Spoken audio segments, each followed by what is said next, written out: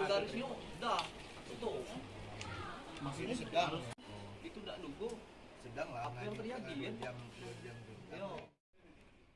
Untuk melindungi alam dan lingkungan di Kabupaten Ogan Komering Ulu, khususnya sepanjang aliran Sungai Ogan, pengurus Karang Taruna Kecamatan Ulu Ogan memanfaatkan aliran sungai menjadi objek wisata air. Tempat yang dikelola Karang Taruna ini bernama Belanting.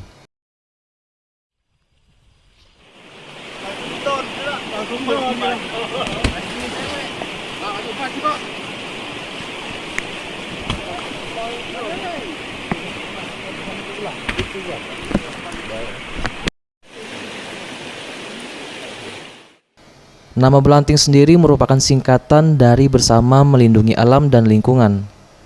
Untuk menikmati objek wisata air sepanjang 2 km ini, pengunjung cukup membayar Rp50.000 per orang.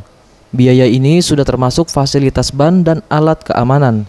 Dengan biaya itu juga pengunjung juga dapat menikmati hidangan kopi hangat khas daerah Ulu Ogan.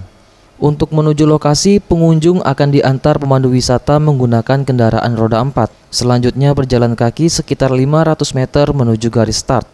Masalah keamanan menyusuri aliran sungai jangan khawatir. Petugas sudah terlatih dan akan mengawal pengunjung menikmati deras dan jernihnya air sungai hingga garis finish. Meski belum dibuka secara resmi, pengunjung sudah mulai berdatangan. Tujuan objek wisata ini untuk mengajak warga sadar kebersihan lingkungan dan melestarikan alam.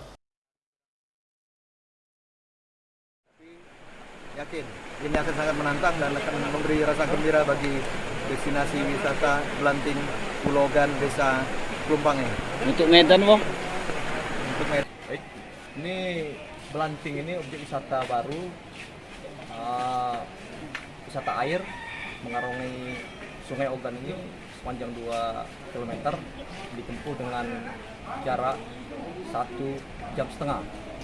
Ini olahraga sekaligus rekreasi yang bertujuan untuk selain senang-senang juga untuk menciptakan lapangan kerja bagi kawan-kawan pemuda di Ulu Ogan ini yang diurus langsung oleh kawan-kawan Karang Taruna di Kecamatan Ulu Ogan.